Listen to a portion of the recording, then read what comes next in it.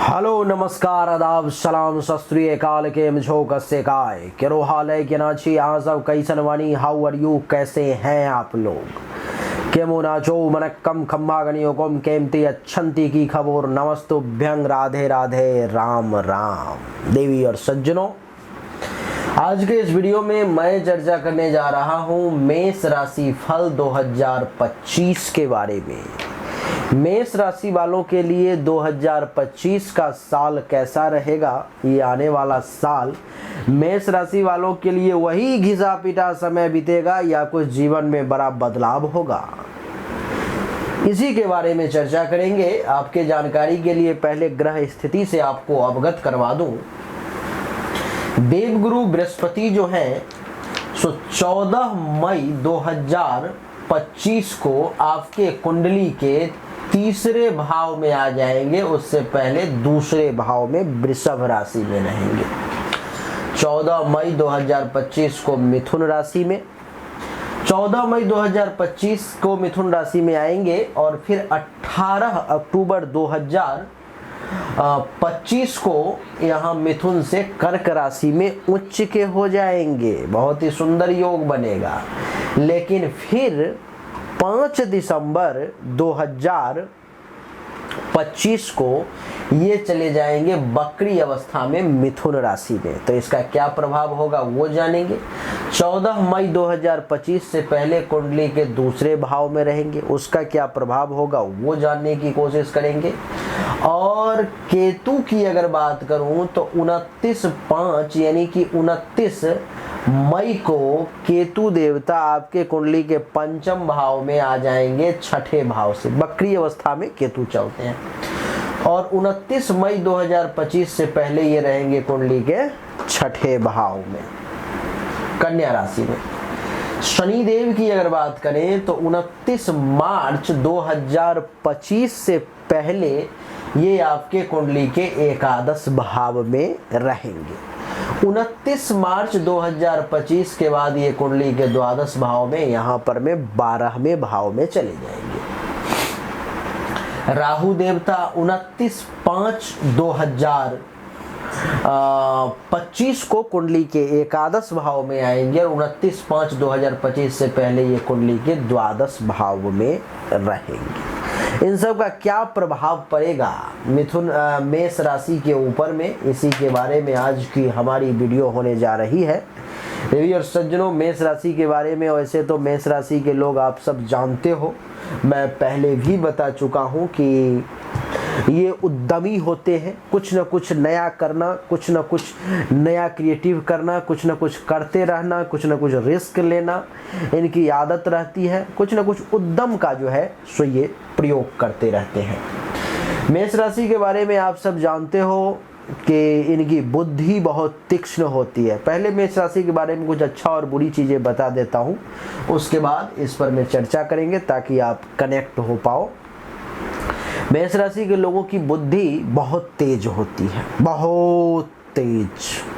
किसी भी चीज़ को अगर सोचना है तो क्षण मात्र में सोच करके निर्णय लेने की शक्ति मेष राशि के वालों के पास में होती है। आप देखेंगे कि मेष राशि वाले लोग सिर्फ उद्यमी और तीक्ष्ण ही नहीं, ये बहादुर भी होते हैं। इनके अंदर एक गजब का एक अंदर से पोटेंसी होता है, एक गजब का एक वीरता भरा होता है, गजब की एक शक्ति होती है जो बड़ी से बड़ी समस्याओं में ये डरते नहीं है। बड़ा से बड़ा दुश्मन आ जाए, बड़ा से बड़ा कोई व्यक्ति आ जाए, मेष राशि वाले व्यक्ति के बहुत कम व्यक्ति के आंखों में आप डर महसूस करोगे। आप अगर बहुत ताकतवर हो और लड़ने के लिए तैयार हो तो मेष राशि का व्यक्ति पीछे नहीं हटेगा, वो आपसे ज्यादा पावर से आप पर में अटैक करेगा, इतना पावरफुल होता है। मेष राशि के लोग हमेशा एक्टिव होते हैं, ऊर्जा के भंडार होते हैं, कुछ न कुछ करने की कोशिश हमेशा करते रहते हैं और कुछ न कुछ हमेशा ये करते ही रहते हैं। आपकी जानकारी के लिए बता दूं, साहस इतना कि अगर शेर से भी लड़ना हो तो पीछे नहीं हटते, लड़ जाएंगे। सांप भी आ गया सामने, मारना हो तो मार देंगे। इतना ज़्यादा साहस, इतना ज़्यादा पावरफुल। और मेष राशि के लोगों के लिए बता दूं कि ऊर्जा की कमी नहीं होती, हमेशा ऊर्जावान बने रहते हैं। एक्टिव रहते हैं, कुछ ना कुछ करने के लिए हमेशा प्रयासरत जो है सो मेष राशि के लोग रहते ही रहते हैं। देवी और सज्जनों, ये मेष राशि वालों के कुछ गुण थे, कुछ अच्छी बातें थी जो हमने आपको बताई। अपने बारे में कुछ बुरी बातें सुनने की शक्ति भी है आप में, उस मामले में भी साहस है आप में, उस मामले में भी बहादुरी है, तो सुनिए मेरी बातों को। देवी और सज्जनों, मेष राशि के लोगों में अधीरता ज्यादा होती है, जो पेशेंस लेवल चाहिए उसमें कमी होती है। ऐसा अभी क्यों ना हो जाएगा, अभी ही कर लूँ इस काम को, ऐसा भाव रहता है। वो वेट करना, पेशेंस रखना, धैर्य रखना उनके लिए ये बहुत बड़ी बात होती है। ये पहला उनका जो है सो नेगेटिव पॉइंट है, अवगुण है। दूसरा, कई जगह पर में ये क्रोध में, कई जगह पर में ये जो है सो जल्दीबाजी में, अधीरता के कारण कुछ ऐसे निर्णय ले लेते हैं जिसे सुन करके आपको लगेगा कि ये मेष राशि का जो व्यक्ति है ना, इसके पास में बुद्धि नहीं है, ये अविवेकी है, विवेक नहीं है इसके पास में, ऐसा आपको देखने को लगेगा।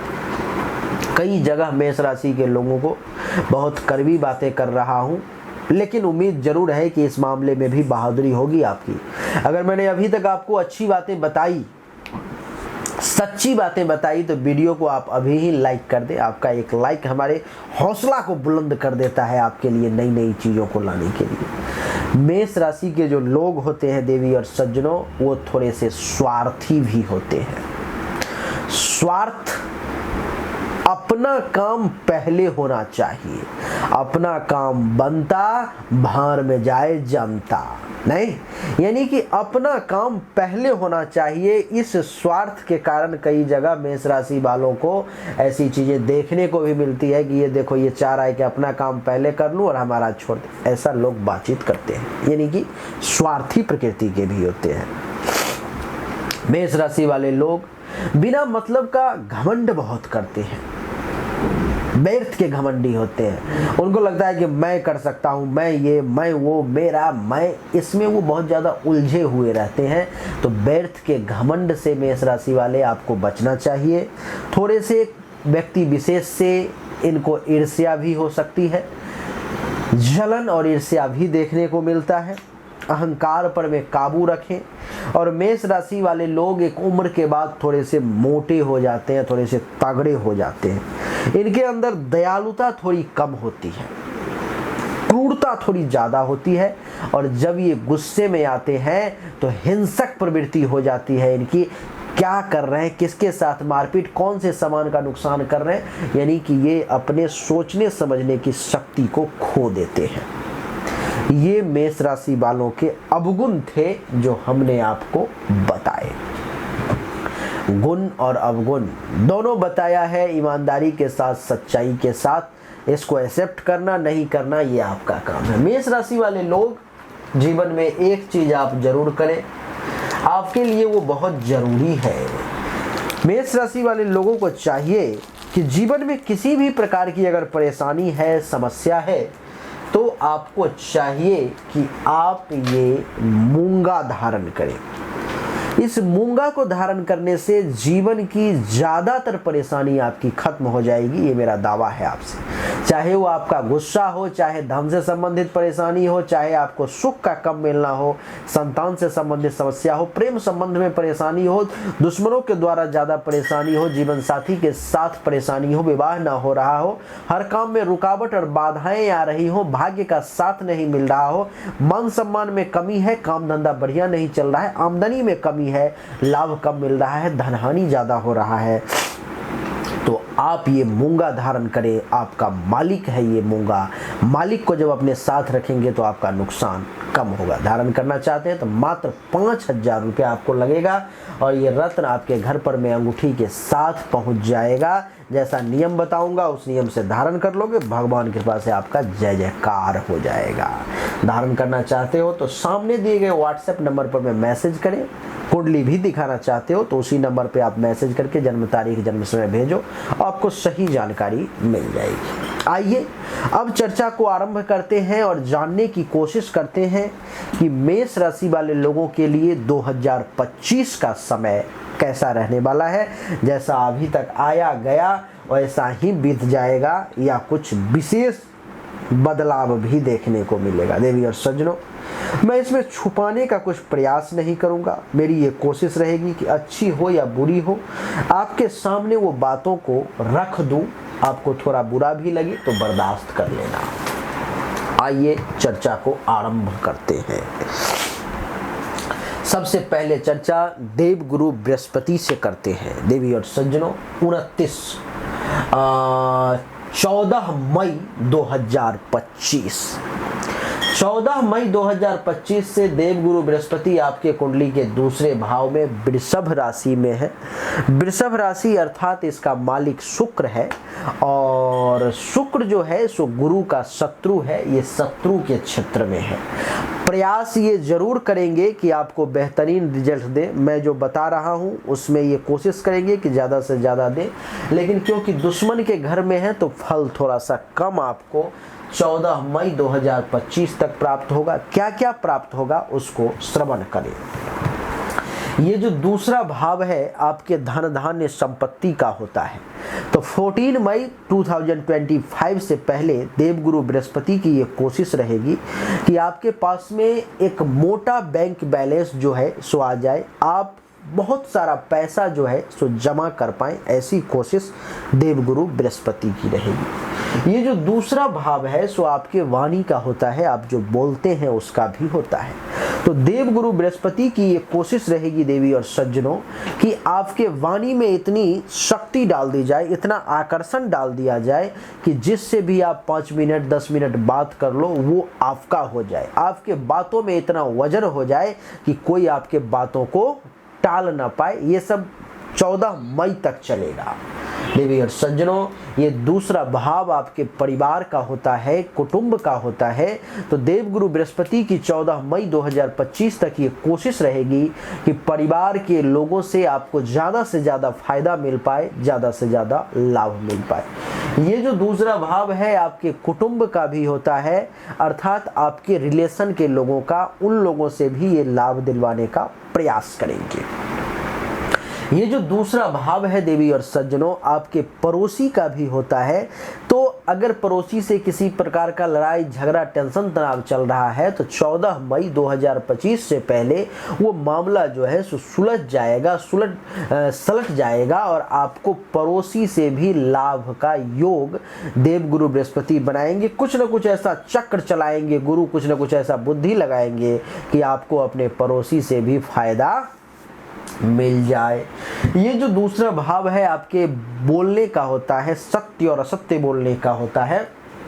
देवगुरु बृहस्पति है, गुरु ही है।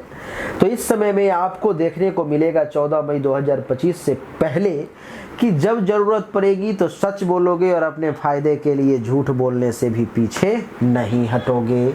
ये दूसरा भाव आपके दान पुण्य का भी होता है। तो देवगुरु बृहस्पति इस वर्ष में 14 मई 2025 से पहले आपसे दान पुण्य भी खूब करवाएंगे। ये दूसरा भाव आपके मुख का होता है, जिह्वा का होता है। तो एक से बढ़कर के एक स्वाद भी चखने को मिलेगा, एक से बढ़कर के एक चीजें भी खाने को आपको निश्चित तौर पर में मिलेगी। ये दूसरा भाव जो है सो आपके दाहिने आंख का होता है। इस आंख का नहीं, सिर्फ इस आंख का। अगर आपको दाहिने आंख से संबंधित किसी प्रकार की कोई इशू आ रही है, परेशानी आ रही है, तो 14 मई 2025 से पहले वो परेशानी खत्म हो जाएगी, उस समस्या का निदान हो जाएगा। देवी और सज्जनों, 14 मई 2025 के बाद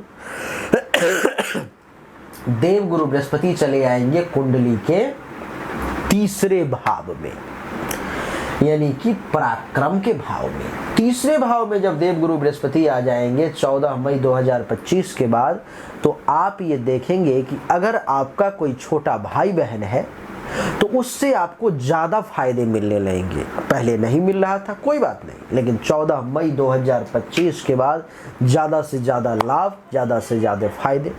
इतना ही नहीं, अगर आपका कोई छोटा भाई बहन नहीं है, चाहे वो मौसेरा हो, फुफेरा हो, कोई भी कजन ब्रदर हो, अथवा आपका कोई काम करने वाला ही जूनियर क्यों ना हो, उससे भी अगर आप अपने दिमाग का इस्तेमाल करेंगे तो इस समय में ज़्यादा से ज़्यादा लाभ जो है सो आप ले करके अपना फायदा उठा सकते हैं। ये जो तीसरा भाव है देवी और सज्जनों, आपके खुद के पराक्रम का है। आप जीवन में क्या कर सकते हो, कितना कर सकते हो, कितना पोटेंशियल है आपके अंदर, इसका है। तो देवगुरु बृहस्पति 14 मई 2025 के बाद आपके पराक्रम में बहुत वृद्धि कर देंगे, बहुत वृद्धि। असंभव को भी संभव करने की शक्ति देवगुरु बृहस्पति आपको प्रदान करेंगे। और आपको मैं ये वादा करता हूँ मेष राशि वाले कि आप अपनी शक्ति के बदौलत, आप अपनी ताकत के बदौलत कुछ भी कर पाने में सक्षम होंगे और कर लेंगे, ये मेरा वादा है आपसे देवी और सज्जनों। इतना ही नहीं, कुंडली के तीसरे भाव में 14 मई 2025 के बाद आने के बाद हमने जो बताया आपको कि मेष राशि के व्यक्ति का अवगुण ये है कि वो धैर्यहीन होते हैं, पेशेंस लेवल की कमी होती है। देवगुरु बृहस्पति आपके पैसेंस में वृद्धि करेंगे, आपके धैर्य में वृद्धि करेंगे और आपको धैर्यवान बनाएंगे। आपके धैर्य में कमी नहीं रहेगी। 14 मई 2025 के बाद ये तीसरा भाव माता के मृत्यु का भी होता है। आपकी गोचर कुंडली को देखते हुए मैं ये कह सकता हूँ कि इस समय में 14 मई 2025 से लेकर के 5 दिसंबर 2025 के बीच में माता की मृत्यु नहीं होगी।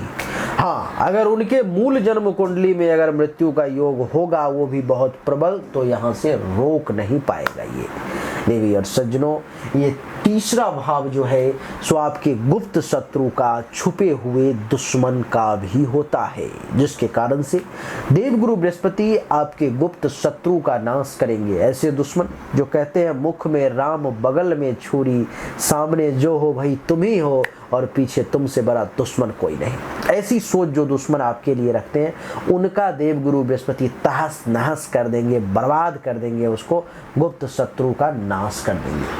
ये जो तीसरा भाव है आपके गले का, नाक का और कान का होता है। अगर आपको गले से संबंधित किसी प्रकार की कोई इशू है, नाक से संबंधित किसी प्रकार की कोई इशू है, अथवा कान से संबंधित कोई प्रकार की इशू है, तो उससे आपको बहुत राहत मिलेगा। देवगुरु बृहस्पति अगर संभव हुआ तो आपको ENT से संबंधित परेशानी को ही समाप्त कर देंगे देवी और सज्जनों। ये तीसरा भाव आपके लिए और भी बहुत सारे चीज़ों का होता है, जैसे कि छोटी छोटी यात्राओं का। तो ये आपको छोटी छोटी यात्राएं भी 14 मई 2025 से लेकर के 5 दिसंबर 2025 के बीच में खूब करवाएंगे। 14 मई 2025 से लेकर के 5 दिसंबर 2025 के बीच में। लेकिन 5 दिसंबर 2025 5 दिसंबर 2025 नहीं, 14/5/2025 से 18/10/2025 के बीच में, यानी कि 18 अक्टूबर 2025 के बीच में। 18 अक्टूबर 2025 को देवगुरु बृहस्पति कुंडली के तीसरे भाव से चौथे भाव में आ जाएंगे। कब तक?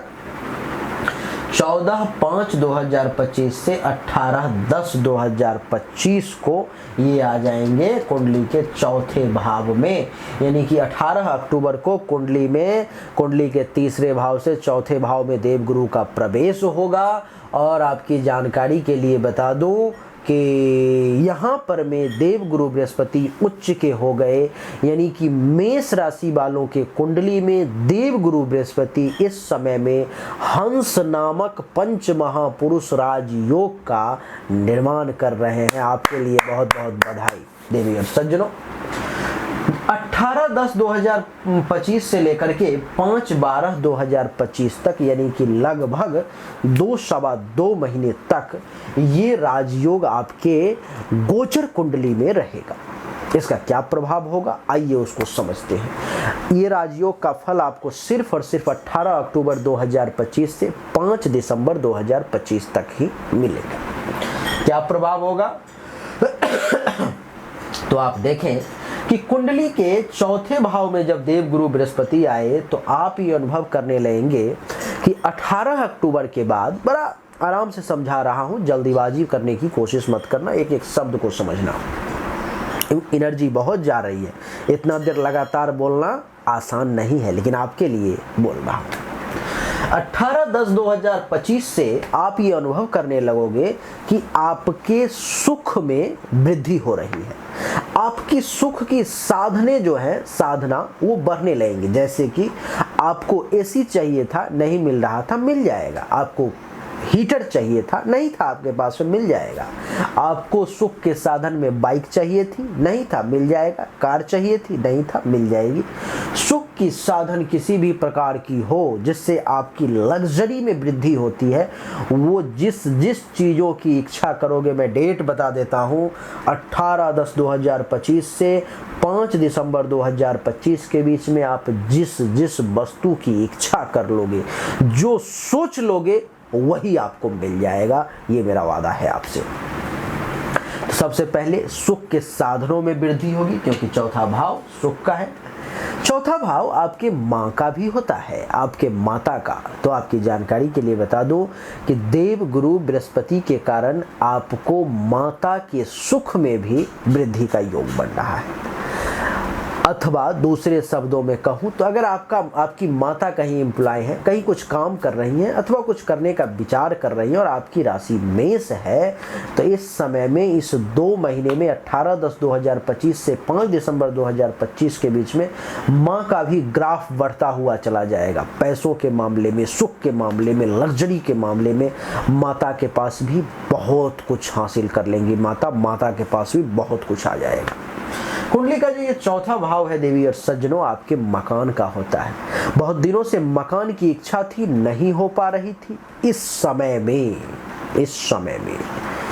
आपको मकान खरीदने का योग बनेगा। इस समय में आपके लिए मकान बनाने का योग बनेगा। इस समय में मकान से संबंधित किसी भी प्रकार के सुख के साधन को अगर आप हासिल करना चाहते हैं तो वो आपको मिल जाएगा। उस साधन की आप प्राप्ति कर लेंगे। ये जो चौथा भाव है आपके जमीन का भी होता है, भूमि का। बहुत दिन से इच्छा थी कि ये प्लॉट अगर हमारा हो जाता तो बहुत अच्छा रहता, अथवा एक प्लॉट अगर ईश्वर दे देता तो बहुत अच्छा रहता। इस समय में 18/10/2025 से 5 दिसंबर 2025 के बीच में आपकी ये इच्छाएं भी पूरी हो जाएंगी। गाड़ी लेने का मन था, वाहन लेने की इच्छा थी, वो इच्छाएं भी इस समय में देवगुरु बृहस्पति आपको पूरी करने का प्रयास करेंगे। देवी और सज्जनों, इतना ही नहीं, कुंडली के चौथे भाव में देवगुरु बृहस्पति का बैठना आपके लिए कुछ अनएक्सपेक्टेड धन लाभ का भी योग बनाता है। वैसे तो महर्षि कहते हैं कि कुंडली के चौथे भाव में उच्च के देवगुरु हुए हैं तो कुछ गरा हुआ धन आपको मिल सकता है। कहीं खुदाई में, कहीं पर पड़ा हुआ, कहीं किसी भी जगह पर में आपको कुछ अनएक्सपेक्टेड ज़्यादा बहुत मोटा अमाउंट आपको प्राप्त हो सकता है, कहीं ना कहीं से आपको मिल सकता है। ऐसे योग है। देवी और सज्जनों, कुंडली के चौथे भाव में देव गुरु बृहस्पति का बैठना जिस किसी भी व्यक्ति को छाती से संबंधित, हृदय से संबंधित अथवा फेफड़े से संबंधित परेशानी है तो उसको उन सभी परेशानी के मामले में देव गुरु बृहस्पति राहत देंगे। देवी और सज्जनों, फिर देखें आप कि 18/10/2025 से लेकर के 5 दिसंबर 2025 तक तो यहाँ पे है, लेकिन फिर देवगुरु बृहस्पति बकरी अवस्था में 5 दिसंबर 2025 को कुंडली के तीसरे भाव यानी कि मिथुन राशि में आ जा रहे हैं। यानी कि फिर से जो फल हमने आपको इस भाव के रिगार्डिंग बताया था, चाहे वो आपको छोटे भाई बहन से लाभ मिलना हो, आपके पराक्रम में वृद्धि हो, धैर्य का मजबूत होना हो, गुप्त शत्रु का नाश होना हो, गले नाक कान श्वसन अंग से संबंधित परेशानी का दूर होना हो, अथवा आपको छोटी छोटी यात्राएं बहुत सारी करनी हो, वो सब प्रक्रिया फिर से 5 दिसंबर 2025 से शुरू हो जाएगी। तो ये तो कहानी हमने आपको देवगुरु बृहस्पति के बारे में बताया। अब आप जाने कि देवगुरु बृहस्पति के बाद शनि का क्या फल है आपके कुंडली में इस वर्ष। देखिए, शनि देव जो हैं 29 मार्च 2025 को आपके कुंडली के एकादश भाव से द्वादश भाव में चले जाएंगे, अर्थात 12वें भाव में चले जाएंगे। 29 मार्च 2025 से पहले शनिदेव कुंडली के एकादश भाव में रहेंगे तो इसका क्या फल आपको मिलेगा, इसको सुनिए। कुंडली के एकादश भाव में शनिदेव के बैठने के कारण 29 मार्च 2025 से पहले आपके आमदनी में वृद्धि होगी, क्योंकि ये आमदनी का भाव है। आपको लाभ ज्यादा मिलेगा क्योंकि ये लाभ का भाव है। आपको सीनियर्स का विशेष सपोर्ट मिलेगा क्योंकि ये सीनियर्स का भाव है। आपको जो इच्छाएं थी, जो दबी हुई थी, पूरी नहीं हो रही थी, वो इच्छाएं आपकी पूरी होंगी क्योंकि ये इच्छा पूर्ति का भाव है। आपके लिए बता दूं कि आपको उपलब्धि की प्राप्ति होगी 29 मार्च 2025 से पहले, क्योंकि ये उपलब्धि की प्राप्ति का भाव है। अगर आप बुजुर्ग हैं, आपके बच्चों का विवाह नहीं हो रहा था, तो इस समय में आपके बच्चों का विवाह होगा, अर्थात दामाद और पुत्र वधू के सुख का योग आपके लिए बनेगा 29 मार्च 2025 से पहले। देवी और सज्जनों, बड़े भाई बहन सीनियर से लाभ लेना था, वो लाभ इस समय में आप जुगाड़ लगाएं, युक्ति लगाएं, दिमाग लगाएं, सोचें, आपको मिल जाएगा। देवी और सज्जनों, 29 मार्च 2025 के बाद जब शनिदेव कुंडली के 12वें भाव में चले जाएंगे तो कुछ परेशानी का आपको शनि के कारण सामना करना पड़ेगा। जैसे कि 29 मार्च 2025 के बाद आप ये अनुभव करेंगे, हमने जो गुरु का अच्छा फल बताया है वो सारा फल आपको मिलेगा, वो देव गुरु बृहस्पति देंगे। और जो शनि का अब आपको मैं फल बताने जा रहा हूँ वो भी सारा फल मिलेगा, क्योंकि ये फल आपको शनिदेव देंगे। क्या होगा कि 12वें भाव में जब 29 मार्च 2025 को शनिदेव चले जाएंगे तो आपके खर्चे में वृद्धि होने लगेगी। आप देखेंगे कि आपका हाथ खुल जाएगा। जहां पर में 2 रुपया में काम होने वाला था, जहां पर में 1 रुपया में काम होने वाला था, वहां पर में आप 2 रुपया खर्च करेंगे, यानी कि डबल करेंगे, 1 का 2। ये शनि का प्रभाव होगा। धीरे धीरे करके, बहुत ही स्लोली शनिदेव आपके खर्चों को 29 मार्च 2025 के बाद बढ़ाने लगेंगे। आपको देखने को मिलेगा, ये मैं तो कह रहा हूं, आप अनुभव करेंगे। बहुत सारी चीजों के प्रति जो आपका लोभ है, आपकी जो इच्छाएं हैं, वो समाप्त हो जाएंगी, क्योंकि ये 12वां भाव मोक्ष का भी होता है। और मोक्ष उसी को कहते हैं, मोक्ष उसी को मिलता है जो इस दुनिया से लोभ, महत्वाकांक्षाएं, इच्छाएं धीरे धीरे करके छोड़ने लगे। जैसे बुद्ध के कुंडली में 12वें भाव में शनि था, 12वें भाव में केतु थे, छोड़ दिया उन्होंने इच्छाओं को। तो ठीक उसी प्रकार से आपकी इच्छाओं को आप त्यागने लगेंगे। आप इन छोटी छोटी चीज़ों के प्रति आपका बहुत ज़्यादा रुचि नहीं रहेगा, तो इच्छाओं का त्याग करेंगे। नींद निश्चित तौर पर में बढ़िया लेंगे, लेकिन रात में भी उठ करके कुछ न कुछ करने लगेंगे। लेट नाइट तक आप जागते हुए देखे जाएंगे। 29 मार्च के बाद आप देखे जाएंगे कि कुछ आपका विदेश जाने की इच्छा है तो वो शनिदेव तुरंत पूरा कर देंगे। 29 मार्च 2025 के बाद अगर आप विदेश जाना चाहते हो तो आप तैयारी में अभी से लग जाओ। आपको वो समय आएगा और शनिदेव आपको फटाक से इंडिया से उठा करके विदेश में डाल देंगे। अब तैयार हो जाओ, प्रिपरेशन शुरू कर दो। देवी और सज्जनों, शनिदेव कुंडली के 12वें भाव में चले गए हैं तो कुछ मामले में आप देखेंगे कि आपके परिवार से, आपके माध्यम से कुछ पैसा हॉस्पिटल में भी जा रहा है, आपका पैसा खर्च होगा। और बाएं आंख से संबंधित कुछ समस्याएं परेशान करेंगी। और परिवार में किसी एक व्यक्ति की रिलेशन में, परिवार में, संपर्क में किसी एक व्यक्ति की 29 मार्च के बाद मृत्यु भी देखने को मिलेगी।